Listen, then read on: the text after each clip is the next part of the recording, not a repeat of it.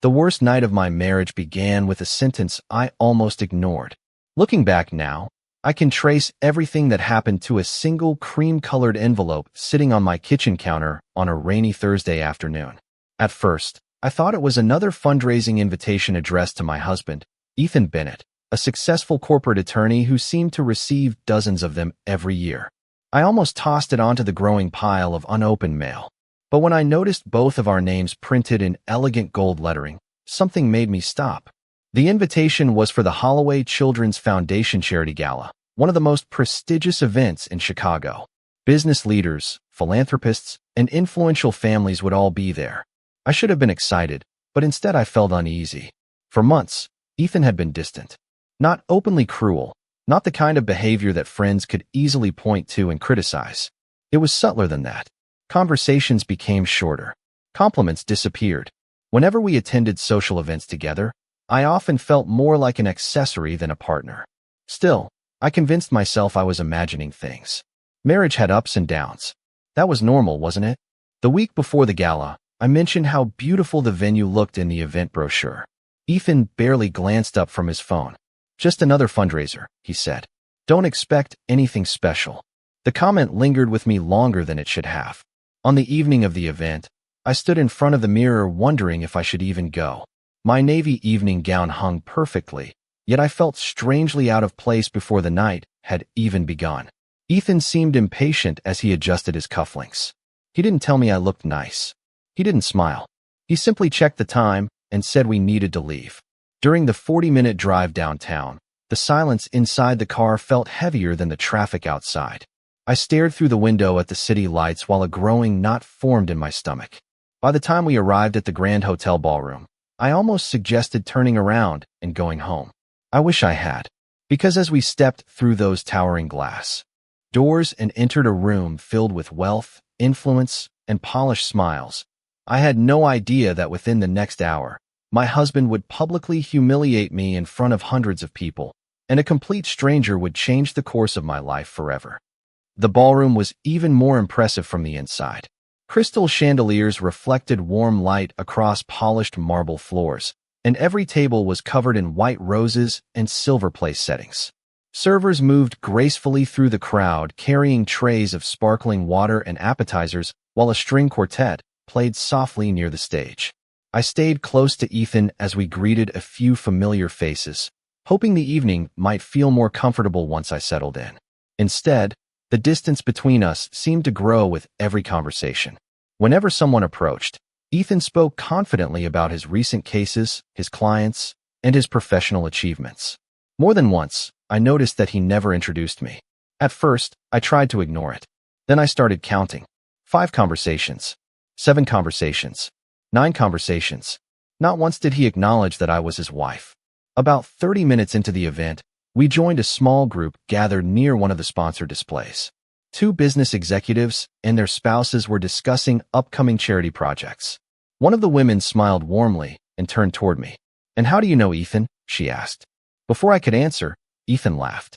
It was not a nervous laugh. It was deliberate. "She helps keep my life organized," he said. The group chuckled politely. I forced a smile, assuming he was making a harmless joke. Then one of the men asked if I worked with Ethan professionally. Ethan took a sip of his drink and shrugged. "You could say that. She is basically my maid." For a moment, I thought I had misheard him. The words seemed to hang in the air longer than they should have. A few people laughed awkwardly. Someone muttered that every successful man needed good help at home. My face grew warm. I looked directly at Ethan, expecting him to correct himself, to smile and explain that he was joking. He did neither. Instead, he continued the conversation as if nothing unusual had happened. The humiliation settled heavily in my chest. I wanted to walk away. I wanted to disappear into the crowd and leave the ballroom altogether. Yet I stood there frozen, trying to understand how the man I married could speak about me that way in front of strangers. Then something unusual happened. Across the room, near the head table reserved for major donors, an older gentleman suddenly stopped speaking in the middle of a conversation. His eyes were fixed directly on me. The expression on his face changed instantly, and before I could look away, he slowly rose to his feet. The conversation around me faded into background noise as the older gentleman remained standing beside the head table. At first, I assumed he was preparing to leave or greet someone important. Then I realized he was looking directly at me, not in the casual way people scan a crowded room, but with a level of focus that made me uncomfortable. The people surrounding him noticed it too. Several guests stopped speaking and followed his gaze. Within seconds, a strange ripple of curiosity spread across the ballroom. Ethan finally noticed the shift in attention. He turned and looked toward the donor section. "What is going on?" one of the executives beside us asked quietly. No one answered. The gentleman began walking in our direction. Even before he reached the center of the room, I recognized him from magazine covers and local news interviews. Richard Holloway, founder of the Holloway Foundation, real estate investor, philanthropist, one of the most influential men in Illinois. The closer he came, the more confused I became. I had never met him. At least, I was almost certain I had not. Ethan immediately straightened his posture and adjusted his jacket. The confidence that had filled his voice minutes earlier seemed to return. "Mr. Holloway," he said with a polite smile as the billionaire approached. "It is an honor to see you again." Richard barely acknowledged him. His attention never left my face. When he finally stopped in front of us, there was a long silence. I could hear the distant music from the quartet and the soft clink of glasses somewhere behind me. Richard studied me carefully, almost as if he were trying to solve a puzzle that had haunted him for years. Then he spoke. "Excuse me," he said gently. "This may sound like an unusual question." I glanced at Ethan, expecting him to step in. He remained silent. "Was your mother named Eleanor?" My heart skipped a beat. Very few people knew my mother's name. She had passed away years ago, and I rarely spoke about her outside of close friends. "Yes," I answered cautiously. "Her name was Eleanor Bennett."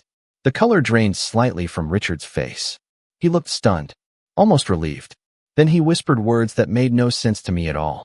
"After all these years, I finally found her." For several seconds, I could not respond. The ballroom seemed to disappear around me as I tried to understand what Richard Holloway meant. Found her? My mother had been gone for nearly 8 years. Ethan looked just as confused, although now there was something else in his expression. Concern. Richard quickly realized how his words sounded and offered an apologetic smile. "I am sorry," he said softly. "I do not mean that literally. I simply never expected to see someone who looks so much like her." A murmur spread through the nearby guests. People who had been chatting moments earlier were now openly watching our conversation. Richard gestured toward a quieter corner of the ballroom. "Would you mind speaking with me for a few minutes?" he asked. Before I could answer, Ethan stepped forward. "Of course," he said. "My wife would be happy to." Something about the way he emphasized the words "my wife" caught my attention. Less than 10 minutes earlier, he had introduced me as his maid. Now he seemed eager to remind everyone who I was. Richard led us toward a private seating area near a wall of floor-to-ceiling windows overlooking the city skyline. Once we sat down, he continued studying my face with a mixture of disbelief and nostalgia. "You have your mother's eyes," he said. "Exactly the same." Hearing that made my chest tighten.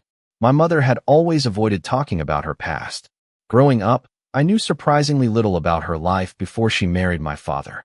Whenever I asked questions, she would smile and change the subject. Richard seemed to sense my curiosity.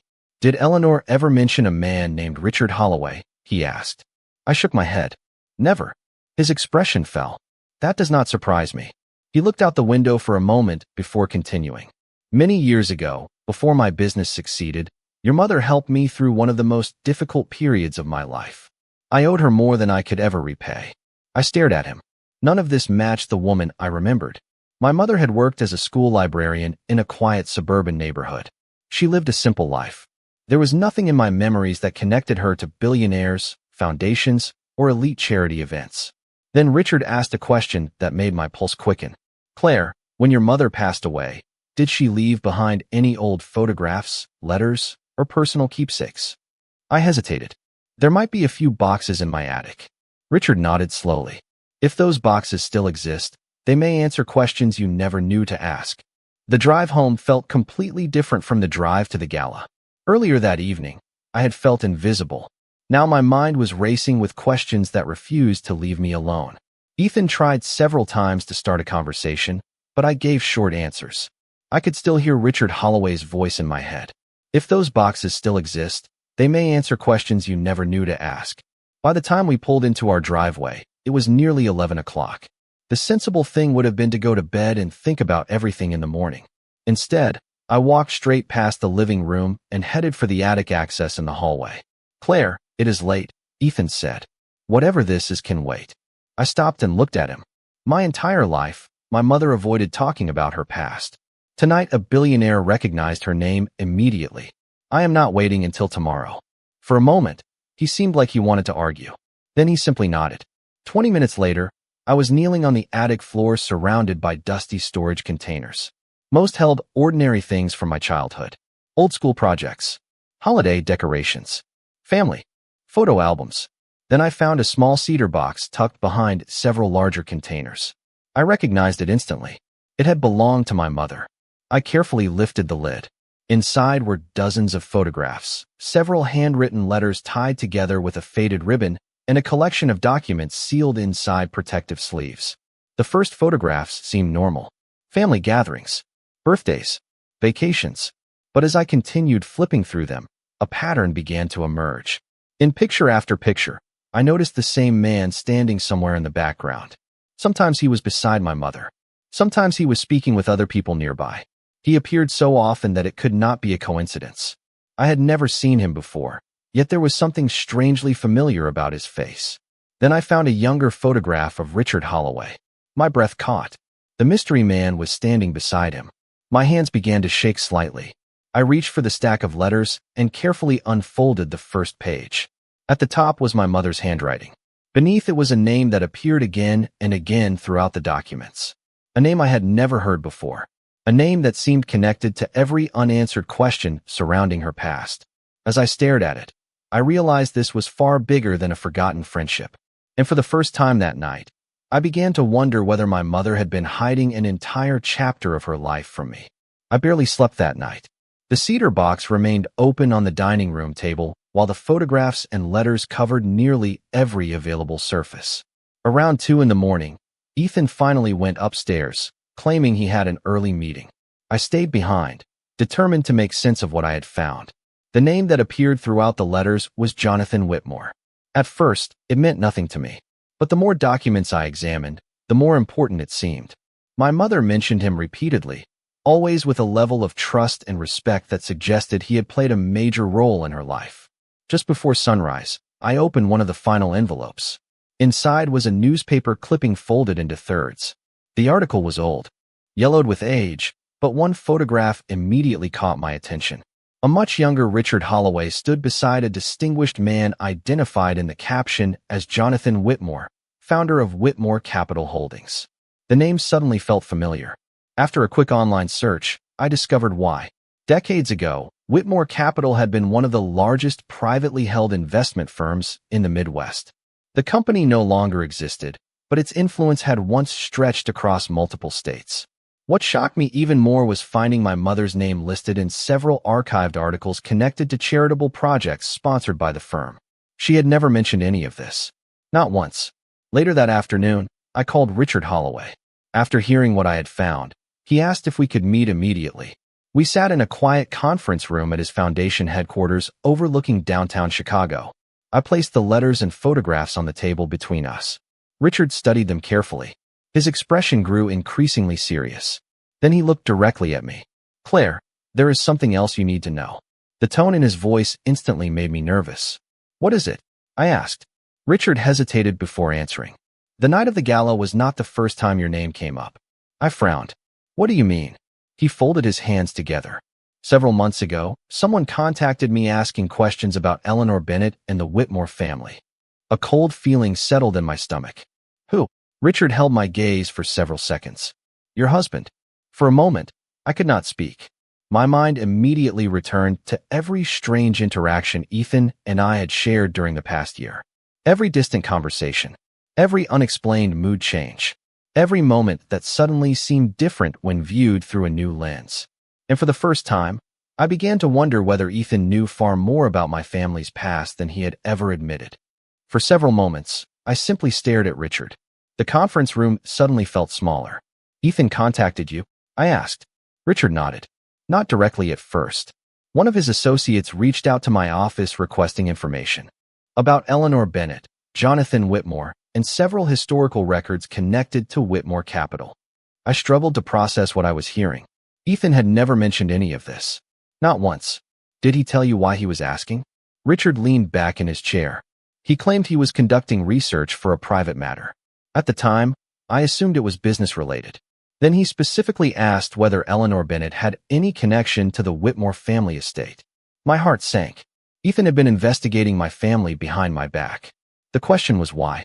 Richard opened a folder from his desk and carefully removed several documents. Claire, there is a reason your husband was asking those questions. He slid the papers toward me. I believe it is time you understand who Jonathan Whitmore really was. I lowered my eyes to the documents. Family records, corporate filings, trust agreements. The deeper I read, the more unbelievable the story became. Jonathan Whitmore had built one of the most successful private investment groups in the region. But according to the records, he had no surviving children officially listed in the family archives. That detail immediately stood out because several of my mother's letters suggested a relationship far closer than friendship. Richard folded his hands. Your mother worked closely with Jonathan for years. She helped manage charitable initiatives and community programs. He trusted her more than almost anyone. I looked up. What does that have to do with me? Richard hesitated before answering. Because shortly before his death, Jonathan created a protected trust structure that included a confidential beneficiary. My pulse quickened. Who? Richard gave me a long look. Based on everything we have uncovered, I believe that beneficiary was you. I felt as though the floor had disappeared beneath me. That is impossible. I understand why you think that, Richard said calmly.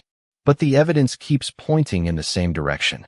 He explained that legal disputes, company closures, and administrative errors over the years had buried portions of the trust records. Most people assumed the beneficiary could never be identified. Then my mother's name began appearing in recovered files. The room fell silent. Finally, I asked the question I had been avoiding. How much are we talking about? Richard exhaled slowly. Enough that some people would spend years trying to find the answer. And suddenly, Ethan's recent behavior began making far more sense than I wanted it to. Over the next 3 weeks, my life felt like it was unfolding inside someone else's story.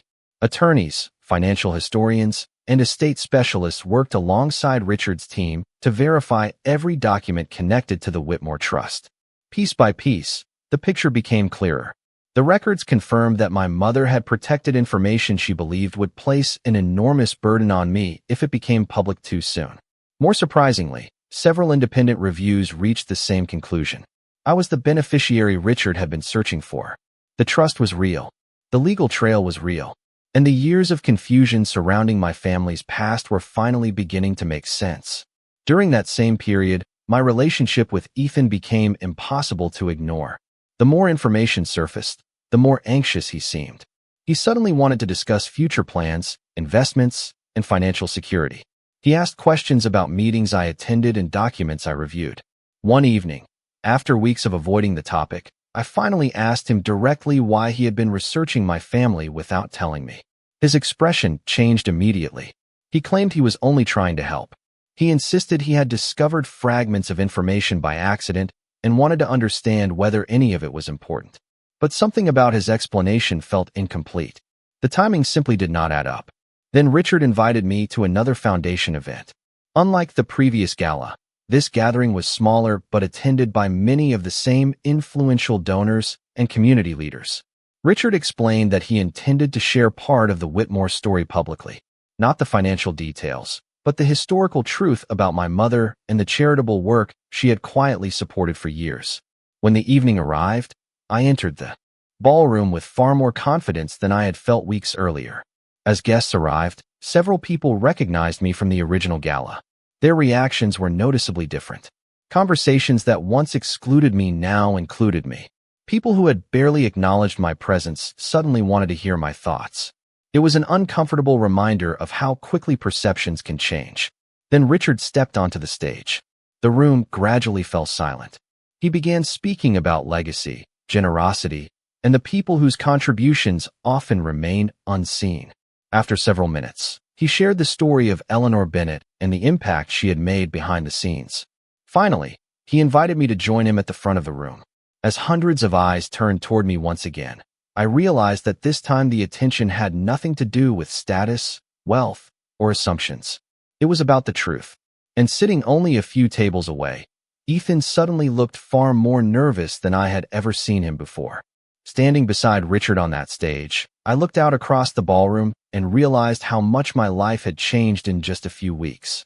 The same type of room that had once made me feel invisible now felt completely different. Richard finished speaking and turned toward me with a warm smile. He thanked my mother for the legacy she had left behind and spoke about the importance of character over status. The audience responded with sincere applause. But the moment that stayed with me was not the applause. It was seeing the expressions on the faces of people who had already decided who I was before learning anything about me. After the presentation ended, guests approached to offer congratulations and share stories about my mother that I had never heard before.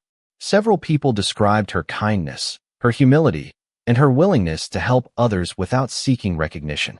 Listening to them, I felt proud in a way that had nothing to do with trust funds or family history. Later that evening, Ethan asked if we could talk privately. We stepped into a quiet hallway outside the ballroom. For a few moments, neither of us spoke. Finally, he admitted that he had discovered clues about my family's past months earlier. At first, he had been curious. Then, as more information surfaced, he became increasingly focused on what it might mean. He apologized for hiding his research and for the way he had treated me. He said fear, ambition, and poor judgment had influenced decisions he now regretted. I listened carefully. There was no anger left in my voice when I responded. Only clarity. The hardest part is not what you learned, I told him. It is how you treated me before you knew the full story.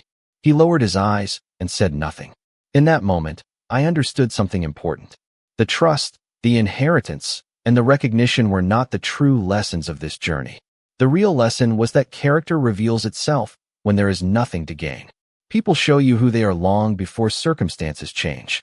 Over the following months, I made choices that reflected the values my mother had lived by. A portion of the trust supported educational programs and community initiatives she would have loved. I spent time learning about the history she never had the chance to fully share with me. As for Ethan and me, our paths eventually moved in different directions. It was not a dramatic ending. It was simply an honest one. Sometimes I think back to that first gala and the humiliation I felt standing among strangers. What I remember most now is not the embarrassment. It is the truth that followed. Because in the end, the people who underestimated me revealed far more about themselves than they ever revealed about me.